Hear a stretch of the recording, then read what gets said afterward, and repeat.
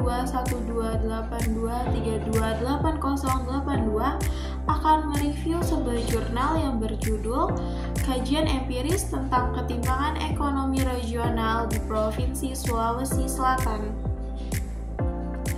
Dan saya akan menjawab 2 pertanyaan. Adapun pertanyaan yang pertama adalah teori mana yang paling relevan dengan kehidupan saat ini?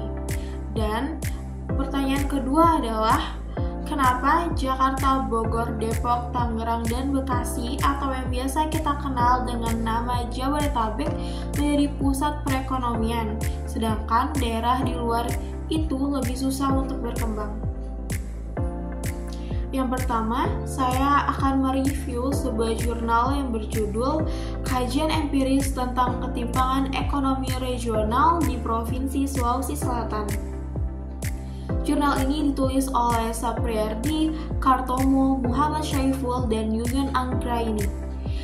Jurnal ini diterbitkan oleh Journal of Economic Management and Accounting atau JEMA pada tahun 2023 dengan volume 6 nomor 1 dan halaman 93 hingga halaman 104. Latar belakang dari jurnal ini adalah ketimpangan ekonomi regional di Provinsi Sulawesi Selatan masih menjadi isu penting karena belum menunjukkan penurunan yang konsisten. Dan pertumbuhan ekonomi yang terjadi tampaknya tidak merata di seluruh wilayah. Hal ini tercermin dari PDRB per kapita yang masih di bawah rata-rata provinsi. Selanjutnya, indeks Williamson yang digunakan untuk mengukur ketimpangan juga menunjukkan peningkatan selama periode tertentu. Hal ini menandakan bahwa ketimpangan pendapatan antar daerah semakin tinggi.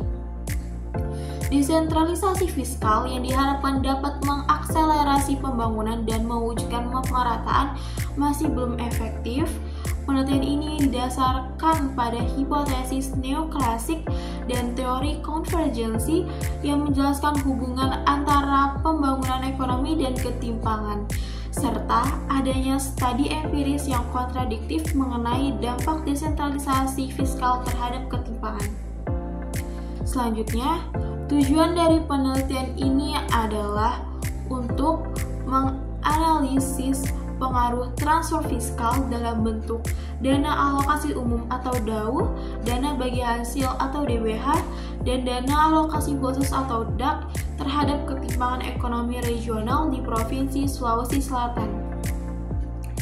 Metode penelitian yang digunakan dalam jurnal ini adalah metode kuantitatif dengan menggunakan teknik analisis regresi linear berganda.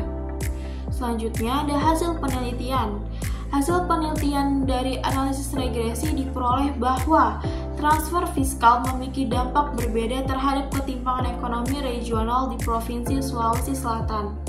Dana alokasi umum atau DAU secara signifikan berkontribusi pada peningkatan ketimpangan, sementara dana bagi hasil atau DBH berpengaruh signifikan dalam mengurangi ketimpangan. Di sisi lain, dana alokasi khusus atau DAK tidak menunjukkan pengaruh yang signifikan terhadap ketimpangan ekonomi regional di Provinsi Sulawesi Selatan. Selanjutnya ada kelebihan dari jurnal ini. Menurut saya kelebihan dari jurnal ini adalah yang pertama, relevansi topik. Jurnal ini membahas mengenai isu penting mengenai ketimpangan ekonomi yang merupakan masalah signifikan di banyak daerah, terutama di Indonesia. Yang kedua, data sekunder yang komprehensif, yaitu jurnal ini menggunakan data dari sumber resmi seperti Badan Pusat Statistik atau BPS dan Direktorat Jenderal Perimbangan Keuangan, sehingga data yang digunakan dapat dipercaya dan dapat dipertanggungjawabkan. Yang tiga, ada rekomendasi kebijakan. Pada jurnal ini memberikan rekomendasi konkret untuk perbaikan kebijakan yang dapat membantu mengurangi ketimpangan ekonomi regional di Provinsi Sulawesi Selatan.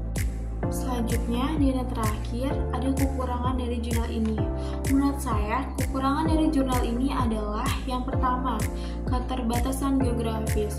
Fokusnya hanya pada Provinsi Sulawesi Selatan, dapat membatasi generalisasi temuan untuk daerah lain di Indonesia.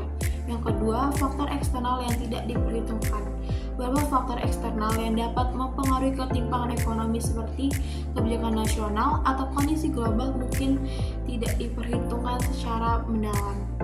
Dan yang terakhir, pengaruh variabel lain. Penelitian ini tidak menjelaskan secara rinci mengenai variabel lain yang mungkin juga mempengaruhi ketimpangan seperti migrasi, investasi, dan kebijakan sosial. Selanjutnya, saya akan menjawab pertanyaan mengenai teori mana yang relevan dengan kehidupan saat ini. Menurut saya, teori yang relevan dengan kehidupan saat ini adalah teori neoklasik, teori core periphery, dan teori basis ekonomi. Teori neoklasik, teori core periphery, dan basis ekonomi sangat relevan untuk memahami ekonomi di Jabodetabek dan daerah lain di Indonesia. Teori neoklasik menekankan pentingnya teknologi, inovasi, dan efisiensi sebagai penggerak utama dalam pertumbuhan. Hal ini tercermin di Jabodetabek yang maju dengan sektor teknologi, finansial, dan industri kreatif. Hal itu didukung oleh investasi besar pada infrastruktur digital dan pendidikan. Sebaliknya, banyak daerah lain yang masih tertinggal dalam teknologi dan investasi membuat mereka sulit untuk bersaing. Teori core periphery menjelaskan ketimpangan antara Jabodetabek sebagai core dan daerah lain sebagai periphery. Jabodetabek berfungsi sebagai pusat teknologi dan perdagangan, sementara daerah lain bergantung pada ekspor komoditas seperti kelapa sawit dan batu bara.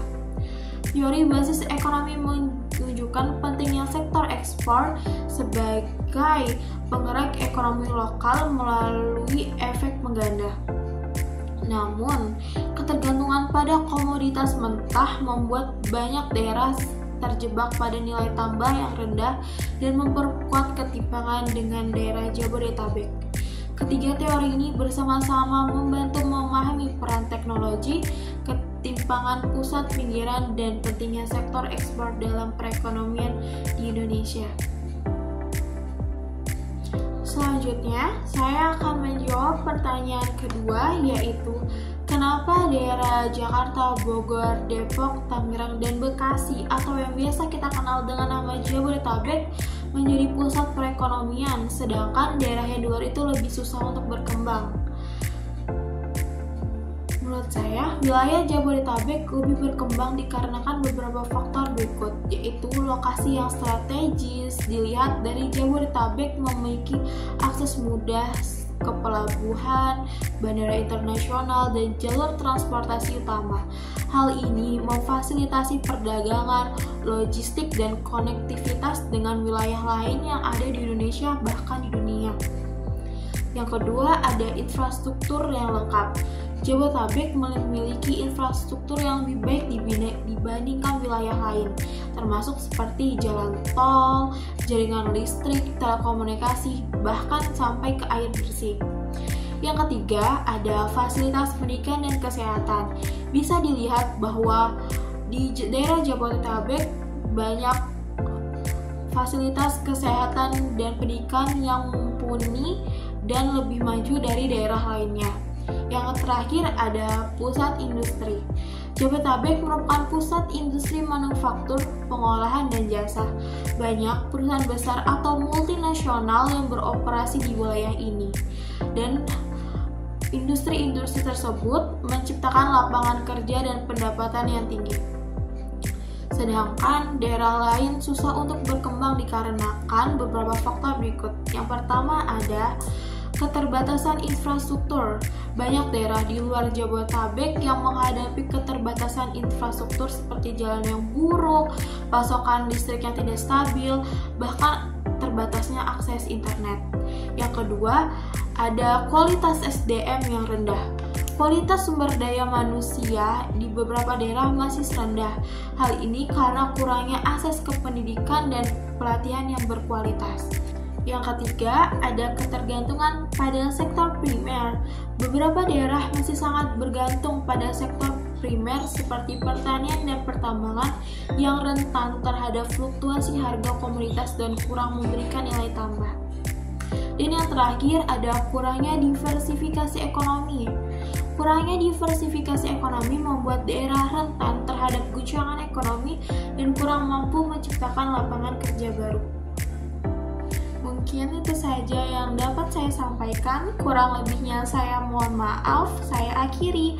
Wabillahi taufiq walhidayah. Wassalamualaikum warahmatullahi wabarakatuh.